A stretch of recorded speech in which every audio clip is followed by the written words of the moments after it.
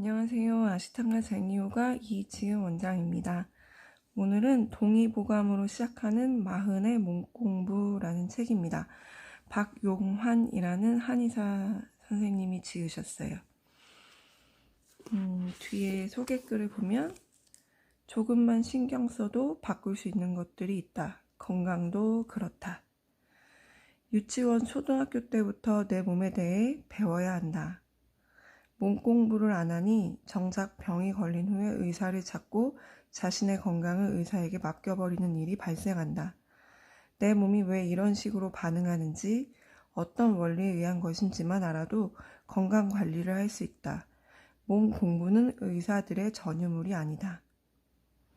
이 책에 쓰인 내용은 동의보감을 기반으로 이루어졌다.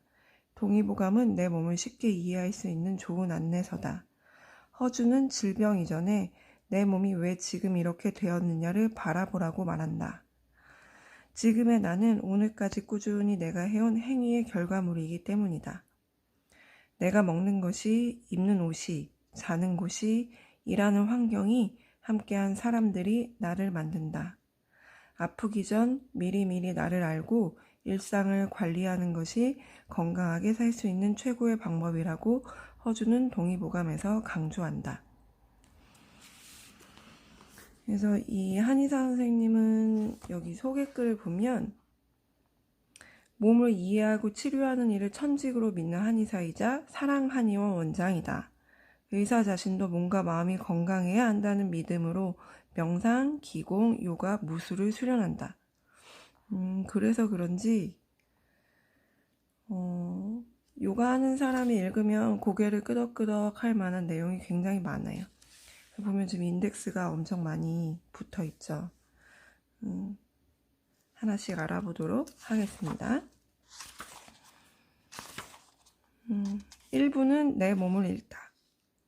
2부는 내 몸을 둘러싼 6가지 기운. 자, 프롤로그에 보면은 자기 몸을 스스로 알아야 되는 거에 대해서 얘기를 하십니다. 그래서 이제 여러분은 몸 공부를 하는 문을 열었다. 공부는 적용하기 위해서 하는 것이다. 그래서 이 책을 읽으면서 현대인들이 스스로 자기 몸 공부를 하고 건강관리를 했으면 좋겠다라고 말씀하십니다. 1부 내 몸을 읽다. 자기 몸인데 자기 몸을 잘 알아차리지 못하는 건 그걸 이제 자각력이 떨어진다. 감각이 무뎌졌다 라고 얘기를 하는데, 이 한의사 선생님도 내 몸을 읽는, 내 몸을 바라보는 힘이 얼마나 중요한지를 일부에서 얘기하고 계십니다. 동의보감을 시작하는 그림의 비밀. 그 그림은 요 신형장부도라는 그림이거든요. 우리가 일반적으로 몸의 그림이라고 하면 서양의 해부학 그림을 떠오르게 되는데, 이제 한의에서는 신형장부도 라고 하는 이 그림이 굉장히 유명합니다. 읽어볼게요. 사람의 몸을 공부하기 위해서 가장 먼저 해야 할 것은 무엇인가? 동양의 관점에서 몸을 가장 처음 공부하기 위해서는 몸은 어떻게 만들어진 것일까? 인류의 기원은 무엇일까? 우주의 출발은 무엇일까와 같은 질문을 던졌다. 동양에서는 마치 종교적인 질문 같은 의문들을 일상에서 자주 토론하고 사유하며 즐겼다. 동양의학의 가장 큰 축이라 할 수 있는 한의학은 몸에서 나타난 증상들의 원리를 이런 철학적인 사유를 바탕으로 해서 설명하려 한다. 몸에 드러난 것은 실제인데 해석은 철학을 이용하니 가끔 억지스러워질 때도 있지만 수천 년 동안 궤를 같이 하다 보니 철학적 원리 설명의 수준이 상당히 높아졌다. 그래서 원래 한의학은 음양오행이라는 어떤 철학적인 메커니즘이 먼저 있고 그것을 의학으로 가져가고 인체에 대입한 거기 때문에 의학과 철학을 분리할 수 없는 분야로 보거든요. 동의보감을 처음 펼쳤을 때 나오는 신형, 그러니까 몸의 형상이겠죠. 이라는 부분은 이런 내용을 담았다. 우주의 시작, 생명체의 근원, 호흡의 근원 등을 먼저 탐구한다. 동의보감 신형편은 이와 같은 그림 하나라부터 시작한다. 이 신형장부도를 말합니다. 이 그림을 마주하고 나서의 첫 느낌은 참 못 그렸다는 것이었다. 이어서 떠오른 두 번째 생각은 왜 이런 식으로 그렸지? 라는 것이었다. 간혹 한의학을 비하하려는 자들이 이 그림을 두고 해부학도 모르는 것 아니냐고 말하곤 하지만 그것은 그림을 이렇게 그린 이유를 전혀 모르는 무지에서 나오는 말이다. 인체에 대한 이해뿐만 아니라 이렇게 그리게 된 배경을 이룬 역사, 철학 등의 인문학적 소양이 있어야 무슨 뜻에서 이러한 그림이 나오게 되었는지 비로소 이해하게 된다. 당대 동아시아 의학의 판도를 바꾸고 몇백 년을 넘도록 현대까지 영향을 미치게 된 의학서적의 그림이 별 생각 없이 휙휙 그려진 그림은 아니지 않겠는가?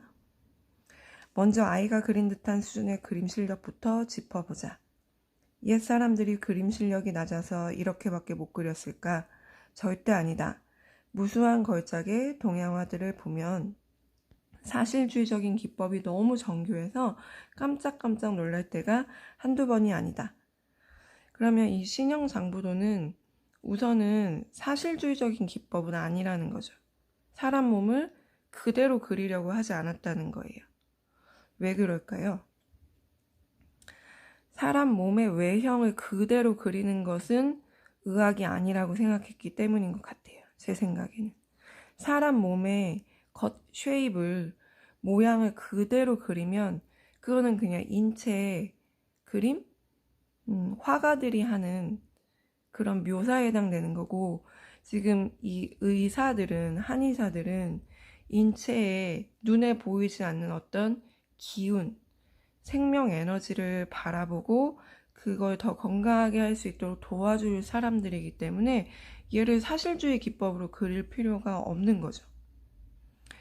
동양화의 그림들은 표현도 사실적이지만 그 기운까지 그대로 전하는 독특한 매력이 있다.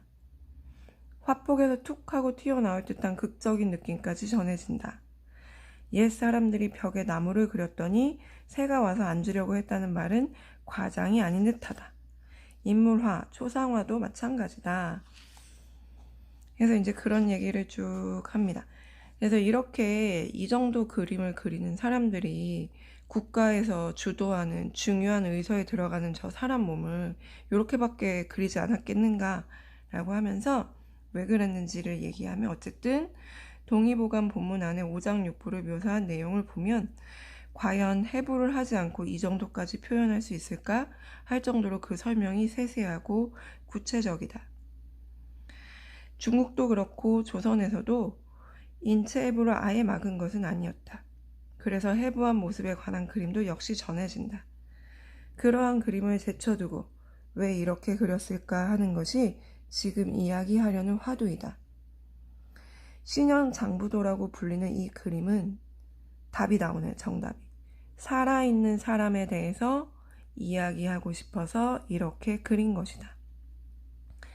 서양의 해부학은 죽은 사람의 시체를 가지고 그린 거죠.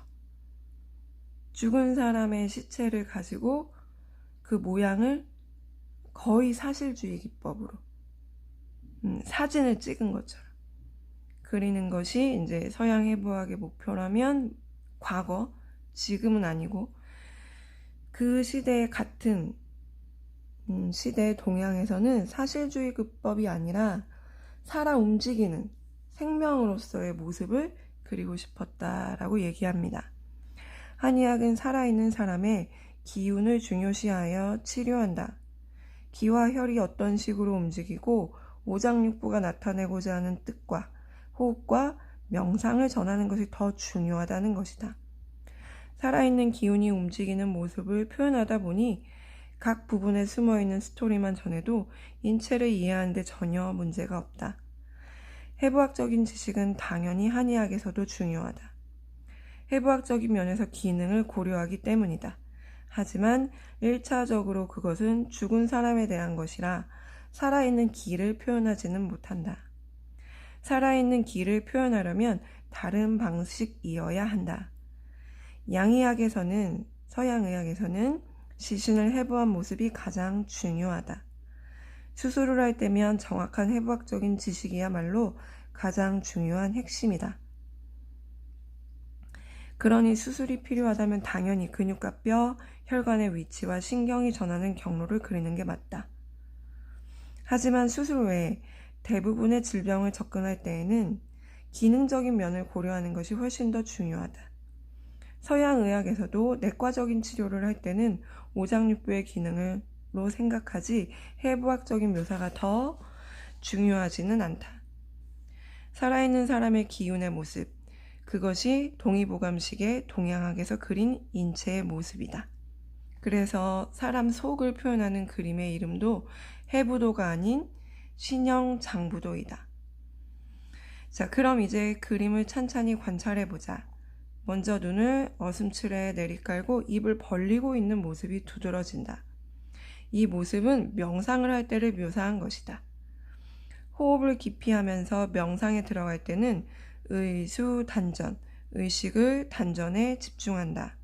이라 해서 호흡한 기운이 단전에 모이도록 했으며 그때 시선은 앞을 보는 게 아니라 단전이 있는 배를 향하게 한다. 눈을 감으면 잠이 오고 뜨고 있으면 주변의 의식을 빼앗기기에 뜬 듯 감은 듯 한다. 코끝을 넌지시 바라보는 요가에서 행하는 드리시티, 시선을 한 곳에 응시하는 거, 응시점과 유사하네요. 입은 아주 살짝 벌리되 혀끝을 입천장에 가져다 댄다. 혀끝을 입천장에 가져다 댄다. 이 부분은 요가에서 하는 호흡과 굉장히 유사합니다. 입을 닫되 혀끝을 입천장과 이제 윗이빨이 나기 시작하는 그 갈라지는 부분, 입천장과 이빨이 나기 시작하는 그 부분에 혀끝을 살짝 올려 붙이고 턱을 약간 낮추고 시선을 코끝 보는 것이 요가의 명상, 호흡 자세죠. 근데 다만 여기서는 입을 약간 벌리고 있는 게 다르네요. 그러면 호흡이 안정되고 인체 앞뒤 축을 담당하는 동맥과 인맥이라는 경락이 연결된다. 시선이 향하고 있는 배 쪽으로 먼저 가보자. 아까 보면 배 주름이 막 되게 가득한데 이 배 주름은 마치 풀무지를 하듯이 호흡을 통해서 기운이 들락날락 하는 것을 묘사한다. 배꼽은 서양의학에서는 별로 중요하지 않지만 한의학에서는 굉장히 중요하다. 사람 몸의 중심으로 보았으며 선천적인 기운과 후천적인 기운이 이어지는 부위다. 이 부분을 중심으로 단전의 기운이 움직인다. 여기서 요가에서 말하는 우디아나 반다 지점이 떠오릅니다. 서양에서도 기능 위주로 인체를 이해하는 곳에서는 배꼽을 강조한다. 그냥 서 있으면 인체의 중심은 다른 곳이겠지만 팔을 활짝 벌려 서 있으면 배꼽이 중심이 된다는 것이 레오나르도 다빈치의 생각이었다. 그래서 레오나르도 다빈치가 코어의 개념을 제일 먼저, 그러니까 인체의 중심 코어의 개념을 제일 먼저 설파하죠. 이렇듯 배꼽은 인체의 중심이요 단전의 기운이 보존되는 통로다. 한의학에서는 단전에 있는 원기를 보존하는 것을 중요하게 생각한다. 그래서 배꼽을 크게 강조했다.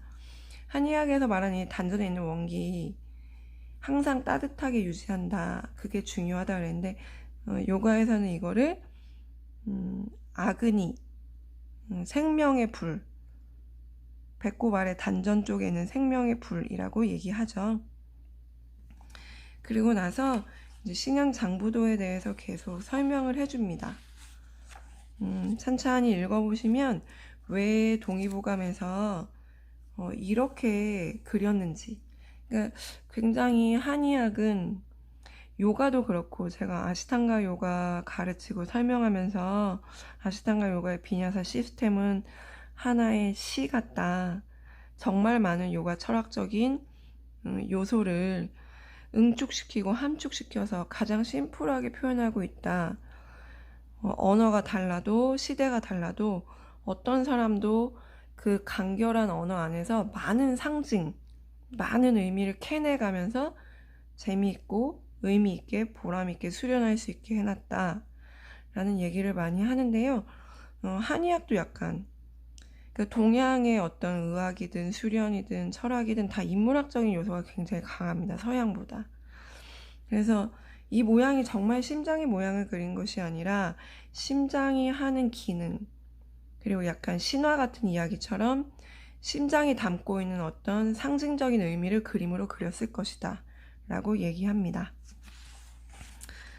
그래서 넘겨보면 두 번째 소주제는 기를 아십니까? 입니다. 기라는 말은 너무나 쉽고 동시에 너무나 어렵다. 온갖 곳에 다 쓰여서 굉장히 익숙한 단어인데 막상 그 말의 정의에 대해 물으면 되게 꿀먹은 벙어리가 된다. 느낄 수는 있지만 실체는 안 보이는 것이 마치 행복, 사랑, 기쁨 등등처럼 관념적인 단어 같은 느낌이 든다. 기라는 말 자체가 눈에 보이지 않는 비가시적인 거기 때문에 좀 추상적인 느낌이죠. 그런데 한의학에서는 몸을 치료할 때 이 기가 가장 중요한 개념으로 사용된다. 몸에서 드러나고 활용이 되니 도리어 실체가 있는 개념인 것이다. 동양학에서 기는 굉장히 다양한 의미로 쓰인다. 기분 할 때 기부터 기분은 기가 나눠진 거죠. 조각조각 난 기, 호연지기의 기까지 인체 내부의 기부터 바깥 환경의 기에도 온갖 것의 기가 있다.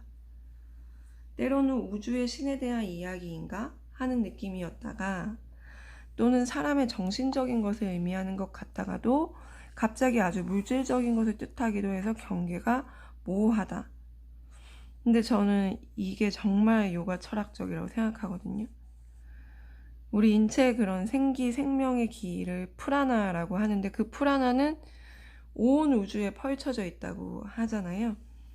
그거를 아유르베다나 요가 수련 쪽에서 이제 프라나라고 하는데 이제 그걸 요가 철학적으로 표현할 때는 아뜨만이나 브라만, 내 안에 있는 참된 나, 그게 이제 프라나의 실체고 그게 원래는 온 우주에 이미 펼쳐져 있는 거죠.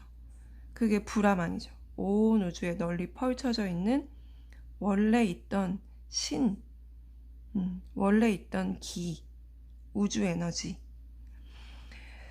저 멀리 기원전의 시대로 거슬러 올라가 비슷한 시대에 활동했던 공자, 맹자가 말하던 기와 노자, 장자가 말한 기의 내용마저 다르다. 그 이전의 기부터 현대에 이르기까지 개념 정리만 하더라도 책 한 권은 나옴직하다. 하지만 지금 우리는 몸에 대한 공부를 하는 중이니까 인체 내로만 국한시키자. 생명체에서 기라면 생명력을 뜻한다. 으르렁거리는 사자, 펄떡펄떡 뛰는 물고기, 활짝 핀 해바라기 꽃처럼 생명력이 살아 숨쉬는 모습을 보면서 기가 살아있다고 한다. 형형한 호랑이의 눈빛은 사지로만 봐도 기가 뿜어져 나오는 모습을 느낄 수 있다. 반면 동물들이 숨을 거두기 전 마지막에 힘들어할 때나 식물들이 시들시들해지면 생명력도 꺼져가니 기가 빠져나갔다고 한다. 춘추시대의 유명한 철학자 장자는 제가 굉장히 좋아합니다. 장자에 대한 책만 또 한번 다 리뷰해 들어도 되게 재밌을 것 같아요. 죽음이란 기가 흩어진 상태라고 했다. 몸은 기의 집합체다. 기가 모이면 생명이 있는 것이고 흩어지면 죽음으로 간다. 동의보감에서 인용한 설해라는 책에서는 사람이 기 속에 사는 것은 물고기가 물 속에 사는 것과 같다. 물이 흐리면 물고기가 여위고 기가 흐리면 사람이 병든다. 기는 모든 병의 원인이 된다. 기가 활동적이면 생명력이 강한 것이고 기의 활동이 줄어들면 생명력도 줄어든 것이다. 즉 기는 생명력이 있는 상태다. 기 자체가 생명력 그 자체죠. 기는 살아있는 상태에서만 움직이는 요소다. 살아있는 생명체를 움직이는 힘을 측정하는 장비는 아직 존재하지 않는다. 근데 요즘 오로라나 아우라 같은 거 이렇게 그 사람이 가지고 있는 그 그 오로라의 색이 어떤지, 빨간색인지 주황색인지 노란색인지 막 이런 거 찍히는 기계도 나왔죠. 그래서 옆으로 가보면 전체를 연결하는 길을 연결하는 도로가 경락이 되고, 경락 중에서 특이한 지점들이 경혈이다. 경혈을 자극하면 그 신호가 경락으로 연결되어 온몸으로 전해진다. 오장육부, 이목구비, 팔다리, 허리, 머릿속까지 연결되어 있다. 기능별로 구분된 집합체가 완벽히 유기적인 시스템으로 연결되어 있는 것이 기로 이루어진 몸의 특징이다. 유기적이다. 연결이다. 전체성. 자꾸 부분적으로 나누지 않고 하나 되는 것. 요가 수련, 특히 비냐사 시스템, 연결성, 이어짐과 굉장히 유사합니다. 정리하면 기는 생명이 존재하는 힘이며, 기능적으로 구분이 되어 있고 각 기능이 얼마나 활동적이냐에 따라 주관적으로 양도 측정할 수 있다. 온몸의 안쪽과 바깥쪽을 돌아다니며 둘러싸고 있어서 구분되어 있는 기능들을 서로 엮어서 연결하고 영향을 미친다. 기능별로도 양을 구분할 수 있다. 기가 입에 몰리면 말이 많아지고 기가 코에 몰리면 향에 민감해진다. 그래서 기가 심장에 더 몰려 있어 심장이 발달한 사람, 간이 기능적으로 큰 사람, 위장 기능이 좋은 사람으로 체질적인 구분이 생겨난다. 식물은 햇볕과 흙과 바람과 물을 통해서 스스로 에너지를 생성해낸다. 이건 이제 광합성이라고 하죠. 광합성 작용에 의해서 생명의 에너지를 만들어내어 자기만의 생명 에너지인 기를 가진다. 움직일 수 없는 대신 기를 만드는 능력이 있기 때문에 살아갈 수 있다. 근데 인간은 햇빛을 받는다고 스스로 이렇게 막 되지 못하고 꼭 뭔가를 먹어야만 그 식물을 먹거나 그 식물을 먹은 동물을 먹거나 하게 만들었죠. 그래서 사람의 기는 음식물을 먹고 호흡하는 데서 생긴다. 그래서 잘 먹고 숨을 잘 쉬는 것이 좋은 기를 만들어내는데 가장 중요한 요소다. 기가 풍부하게 포함된 음식을 먹고 깊은 호흡을 해야 기가 좋아진다. 또 깊은 호흡 나오니까 별표 해놨네요. 기가 풍부한 음식은 채식이든 육식이든 영양소가 살아있는 것을 말한다. 비타민과 미네랄이 풍부한 음식들은 색깔이 선명하여 때깔이 곱고 향이 좋다. 각 비타민, 미네랄 그리고 영양소의 종류, 즉 기의 종류마다 색깔도 다르고 향도 다르다. 그래서 기를 제대로 채우려면 음식을 골고루 먹어야 한다. 식물을 먹는 채식이라면 부위별, 색깔별로 다 먹어야 한다. 부위는 뿌리, 줄기, 잎, 꽃, 열매별로. 색깔은 빨주, 노초, 파남보, 그리고 흰색과 검은색까지. 산지는 산에서 들에서 바다에서 이렇게 골고루 먹어야 기의 균형을 맞출 수 있다. 음식을 편식하면 기도 한쪽으로 치우친다. 예를 들어 흰색은 대개 폐의 기를 건강하게 해주는 역할을 하는 것이 많다. 황기, 도라지, 인삼 같은 약재는 흰색 계통으로 폐의 기를 도와주는 유명한 약재다. 양파, 마늘, 콜리플라워는 폐의 기를 더해서 활력을 주고, 배는 폐기가 지나쳐서 열이 날 때 일을 식혀주며, 무는 기가 막혔을 때 뚫어주어 속을 편안하게 해준다. 곡식은 대부분이 흰색에 속한다. 폐기를 가장 빨리 보충해주는 것이 쌀, 밀 같은 곡식, 즉 탄수화물이기도 하다. 이런 흰색 계열의 음식 위주로만 먹는다면 폐기가 지나치게 높아지고 상대적으로 다른 장기는 약해져서 그에 해당하는 병에 걸릴 것이다. 채식뿐만 아니라 육식이나 생선, 해산물 같은 것들도 저마다의 성질이 있기 마련이다. 패스트푸드, 인스턴트 음식, 가공식품이 건강에 나쁘다는 이야기가 많다. 이러한 음식이나 집밥이나 재료도 비슷하고 배부른 것도 같은데 왜 그런 말이 나올까? 답이 나옵니다. 이 음식들에는 기가 빠져 있기 때문이다. 인스턴트 음식을 만들기 위해서 대량으로 유통되는 과정에서 오래 보존하기 위해 방부제 처리 및 식품 첨가물을 많이 사용하게 된다. 조리 과정에서 조미료와 식품 첨가물이 굉장히 많이 들어가는 것은 물론이다. 조리 방식을 단순하게 만들고 표준화하기 위해 여러 공정을 거치며 또 온갖 화학적인 방법들이 동원된다. 지방만 보더라도 트랜스 지방을 많이 사용하기 때문에 칼로리만으로 계산해서는 놓치는 것이 많다. 칼로리는 열량만 나타내지 기를 측정하지는 못한다. 칼로리만 높은 음식을 계속 먹으면 이제 살은 찌는데 몸은 더 약해지는 이유죠. 포화지방과 불포화지방은 안정적이냐, 산화되느냐, 혹은 몸에 남아서 혈액순환에 문제를 끼치냐의 문제로 논란이 있지만 트랜스 지방은 지방처럼 보이게 만들면서 지방에서 주는 고소함과 달콤함을 주어 미각적으로 뇌를 속이는 방식이다. 소스도 범벅인데 소스 안에 든 당분도 바로 흡수되어 버리는 성분 위주다. 이런 상태다 보니 정상적인 요리에서 보이는 반응들이 안 나타날 때가 있다. 생명은 태어나고 활발하게 활동한 후 병들고 죽는 현상으로 기의 상태가 변하는 과정을 거치는 것이 정상이다. 이러한 과정이 음식에서는 발효 혹은 부패되는 과정으로 나타난다. 패스트푸드와 인스턴트 음식은 방부제와 식품 첨가물 탓에 부패도 엄청나게 느리다. 어떤 이가 실험 삼아 방 한 구석에 패스트푸드를 놔뒀더니 1년 동안 썩지 않았던 사례도 있다. 썩어 들어가지 않는 것이 안정적인 상태라지만 음식에서는 좋은 것이 아니다. 몸 안에서 소화흡수가 되어 생명 에너지인 기를 만들어내려면 발효 과정이 일어나야 한다. 썩는 것이 제대로 되어야 흡수가 되는 것이다. 썩지 않는다는 것은 몸 안에 들어와서 에너지로 변하지 않는다는 말과 같다. 에너지로 전환되지 않은 것은 남아 찌꺼기가 되어 독소로 변한다.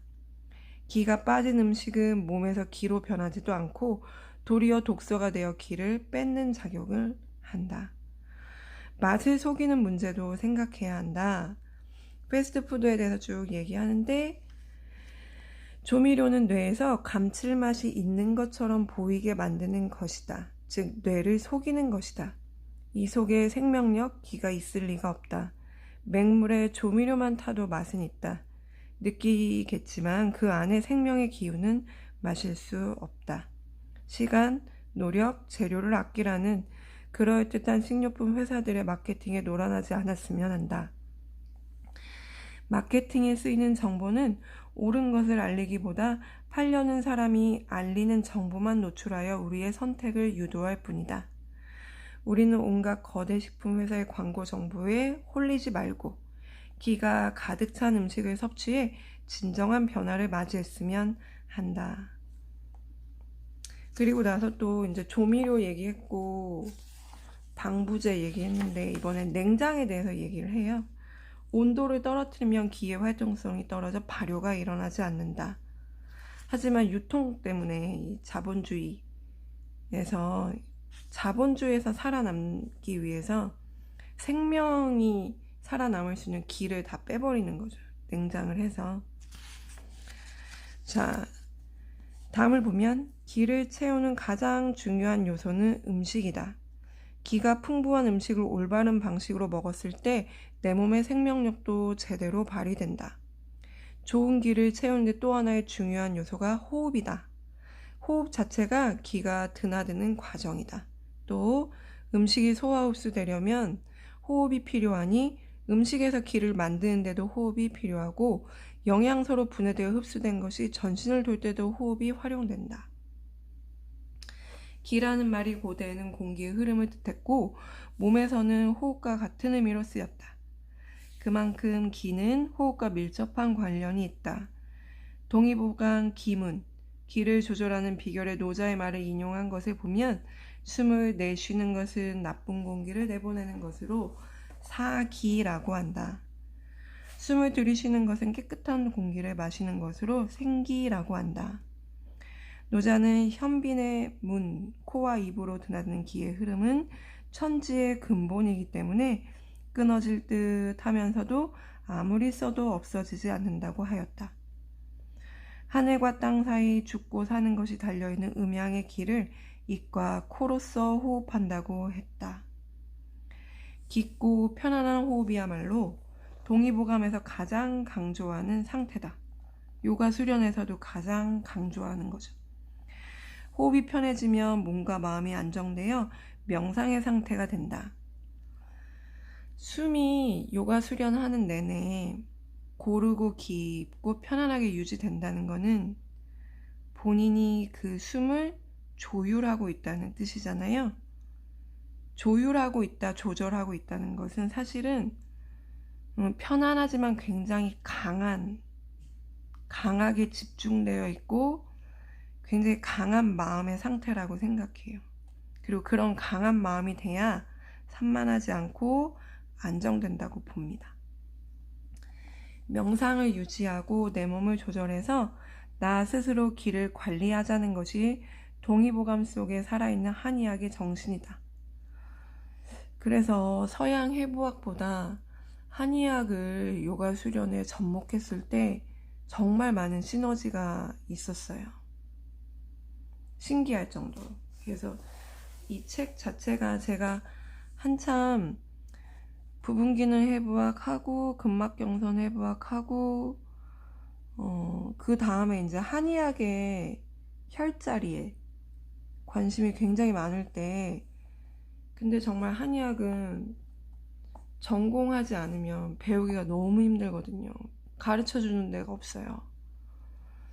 그래서 처음에는 시중에 이제 구할 수 있는 책을 다 구해서 읽어봤는데 너무 어렵죠. 독학을 할 수 있는 수준의 공부가 아니어서 이렇게 이해하기 쉽게 써주신 분의 책을 먼저 독파하고, 너무 어려운 한자도 너무 많고 이런 거는 그냥 차치해 두고 사실 중의사 선생님을 찾아가서 경락이랑 경혈 그리고 한의학 전반에 대해서, 혈자리에 대해서 공부를 했습니다. 수업을 받고 그 다음에 다시 책을 읽고 혈자리를 하나씩 짚어보면서 요가 수련에 어떻게 도움을 줄 수 있나 이제 연구해서 제가 요즘 가르치고 있는 마르마 요가를 개발한 거거든요.